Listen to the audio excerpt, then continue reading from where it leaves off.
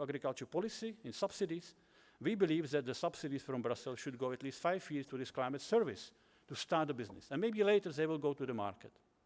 So this is the combination solution where you see the climate proofing as a clear function of the possible business mitigation combined with a climate safety, which is the providing area which can be flooded from time to time as a part of the room for the river, as an example. So I'm optimistic, and it was a nice example. So it looks like all is fine and well, isn't it, in the Netherlands? We have big programs, we have a good dialogue with policy and science. Well, not quite, not quite.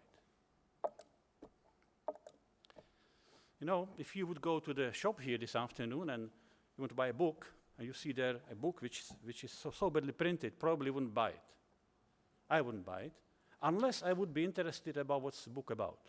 So I can buy it, and I can take it with me to a graphologist, and then after some investment, he will or she will make for me this type of print, which is still not yet readable. There are some nice words, like summer, and like rough winds, and there's something like shade, and hot summer. So probably I would think, okay, go on, this is a nice book about meteorology, huh? Well, it's not, it's a Shakespeare. So one of the beautiful Shakespeare tales. You know, I'm using this to make it a little bit more understandable. What's the biggest problem in the climate policy dialogue? That is the expectation which the policy has and the practitioners has from climate science in terms of the magic number. The beautiful tale by Shakespeare is a kind of parallel to what the stakeholders want from us, from climate science, to provide them. A number to which I can invest, certainty. And the middle part of my graph is showing what we have. And I think that all speakers before me said it already, we should be very honest about uncertainties. We should be telling to the stakeholders that probably we won't have better. So we have to learn how to deal with uncertainties in investing in adaptation. This is a big, big issue. So let me use some of the examples, what it means. So if any stakeholder in the room would say, I need a magic number for you, deterministic number, how it will change before I invest, and if we know that the regional scenarios are still very uncertain, very imprecise, so should we go home today? Should we stop adaptation? And I will show you the case that this is not the case. I will show you the case that we can invest responsibly, despite of uncertainties, in a joint effort to adapt and doing good science as well. To do that, I need to introduce a couple of terms. I use the term which was introduced by my colleague, a good friend, Mike Humes from UK, about so-called accurate information versus non-accurate. The information which has a high accuracy and low precision in the local solutions is this one. Global mean temperature will increase between 1.4 and 5.8 by 2100. This is what Martin showed. This is very solid. This is based on many models, okay? Because this is what IPCC has been assessing together. It's a range. However, if I give this to the city of Rotterdam, they would say, well, what's the case? What's the deal? Because I need to know my temperature in July 2088 at noon in Rotterdam, which is information which I call high precision. And of course, we should be again honest as a science, this information will never come. I repeat, will never come, because this is the complexity of the climate system. So what to do? Well, what to do to realize what we talk about. This graph, red graph, is showing here the accurate but imprecise information, distribution, ranges, probabilistic information. While the precise one is the blue one here, is showing the one number with less variation. What we need to learn, science and policy and practice, to deal with the red curve. How to invest, how to discuss, how to manage. Adaptive management was already mentioned by the Commissioner within this range. This is the way out. And can we do it? Yes, we can do it. As a matter of fact, UK already started to change the scenarios from the deterministic to probabilistic ones to give. Netherlands is going to follow. So instead of this nice number here, this nice dot, you will get a distribution, what could happen. It needs to communicate this very complicated graphs to stakeholders, talking about exceedance of percentage that something happened. For example, in this particular case, the blue line, which shows the temperature precipitation increase in Netherlands for December, January, February, you can read it that in 30% cases, that change will be less than 25%. Can I do something with it as an investor in adaptation? Yes, I will show you how. My position is, together with many colleagues around the world, despite of the uncertainty in climate scenarios, we can go on in adaptation with the conditions that we see adaptation in a wider context in which it should be placed. And now it goes. As Commissioner said, and also Martin, it's spatial planning, it's technical regulation, it's hard solution, soft solution, economic risk, what have you. Integrated package. This is the way out from the uncertainty. From both programs which we have been running, both research programs, I would like to suggest to you 4 main ingredients which I think are ingredients of a success, because I think so far we have seen success in Netherlands regarding research and policy interactions.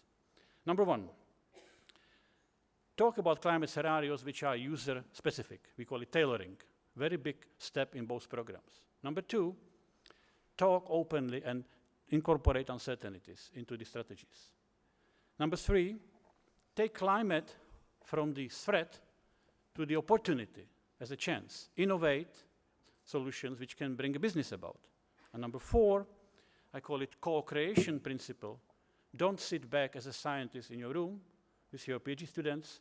Don't sit back as a politician or investor in the city of Rotterdam or Hague, but do it together. I do it together not at the beginning only, but stick together. Stick together for years, not 5 years, 10 years, because the uncertainties keep coming. Keep a dialogue, co-creation principle. These are 4 main ingredients of both programs, I think, which we run in Netherlands, which so far bring us success. And the climate scenarios, it's tailoring. That's the regional scenarios, which is a part of the first program I talk about. And in the regional scenarios, they actually go to the users. And the tailoring element here involves a lot of investment. Involves KNMI, Dutch Institute of Meteorology Scientists, and practice to be together. It involves users going actually to KNMI, sitting with climate scientists, understanding what the climate scenarios are about.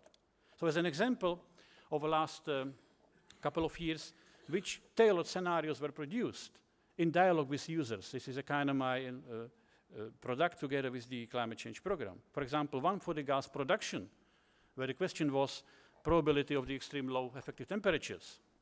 One for the petroleum industries here from Rotterdam. One for the road safety. Many of them for the water management. But again, you don't achieve a buy-in, a use of the scenarios by putting them on the web. You achieve it only by getting the users on the table with you and addressing with them together what are the numbers and how certain they are. Right. The other one, which is, I think, an example of a success, is the very case of the Delta Commission, Delta program, which was done in a dialogue between science and policy. Was already mentioned by presentation by Oppenheimer. There was an international assessment as well, part of it. And you see, what happened at the end was a program which, and don't pay attention to the numbers because this is already discussed here, to the key importance of adaptive management. The measures which were chosen not only to be gradual stepwise, but were also chosen to accommodate the uncertainty in the current knowledge of science, knowledge of, for example, sea level rise. There was these numbers which were given by Mike Oppenheimer, big ranges of the sea level rise. It really doesn't matter if these are 0.5 and 1.2 or 0.2 and 1.2, doesn't matter. What matters is how do you go about with it?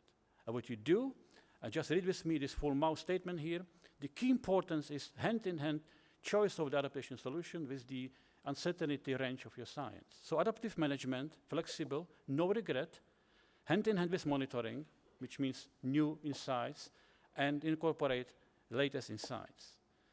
The very choice for the major measure, which already was shown by Delta Commissioner, to work with nature, was grounded in this statement. If you use this type of building with nature, which is flexible, which is giving all room to the flexibility, you actually accommodate the uncertainty. Because if the sea level rise goes faster, you just go on with suppletions, with the nourishment. If it goes slower, you just stop without regretting investment.